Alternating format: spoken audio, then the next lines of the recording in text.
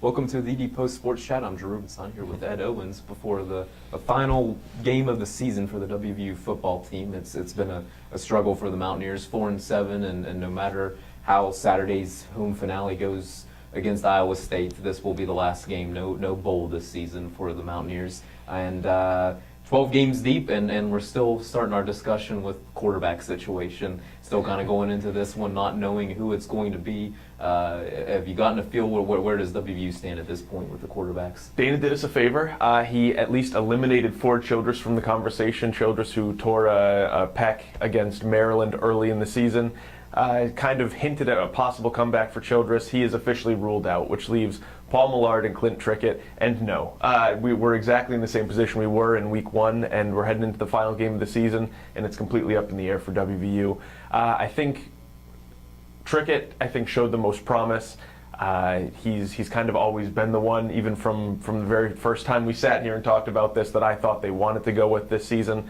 I think they probably will give him a chance. He's been cleared from his concussions, multiple concussions we found out on Tuesday. He had suffered one against Kansas State and didn't tell anybody about it, and then suffered a second one against Texas. That's when he was knocked completely unconscious, and that's when they were kind of alerted to it. So I think he's cleared. They're going to give him the chance to play, and I'd expect to see him against Iowa State. A little bit more with Trickett. What was his story there? Why did he not alert anybody, or did he realize exactly what it was right away? What happened there? Yeah, he knew. He knew that he had suffered a concussion. He said he hid it from people. He wanted to stay in the game. He didn't want to come out, and he said that it's kind of scary, the information that they've come out with concussions now, and he said he's aware of it, but he didn't want to come out of the game. He said you want to stay in there, you want to be tough, which is kind of the same football tough guy mentality that's led to a lot of these players having the problems they do later in their careers.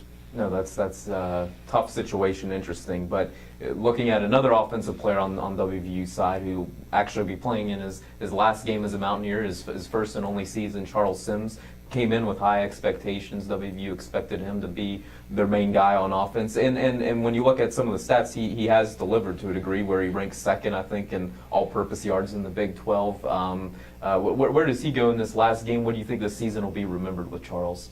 Well, Sims is 54 yards away from reaching 1,000 yards rushing this season, and running backs coach Jawan Sider said that he really wanted Sims to get it. He said he wants it more for Sims than Sims wants it for himself, to go out there and get those yards. Sims has never had a 1,000-yard season in his career, so they really want him to go out and get those yards. And I think this week they have the chance to do it. They're going against the worst rush defense in the Big 12.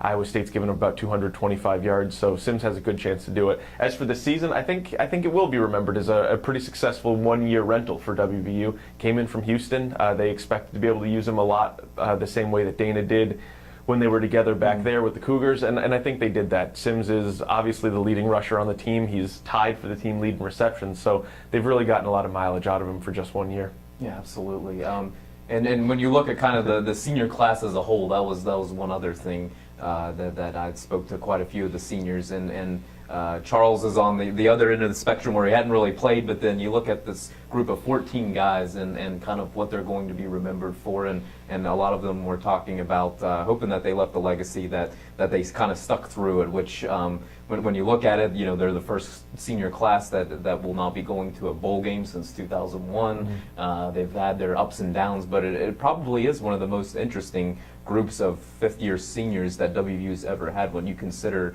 2 different head coaches, 2 different conferences, 20-some probably assistant coaches that they've seen come and go from the doors. I think you'd be hard-pressed to find a group that's gone through more adversity than this group, and that kind of leads into where does this WVU program go from here after Saturday's game.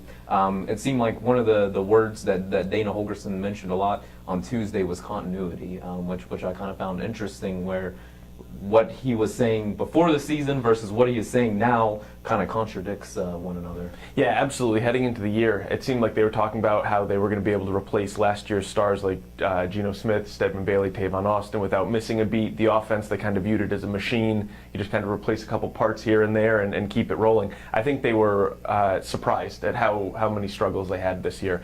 They replaced a lot of guys on the coaching staff. They had to replace a lot of their skill position guys. It was a big struggle for them. So where do you go from here? I think they have to move forward. I don't really know that they could move backwards from the way this year went.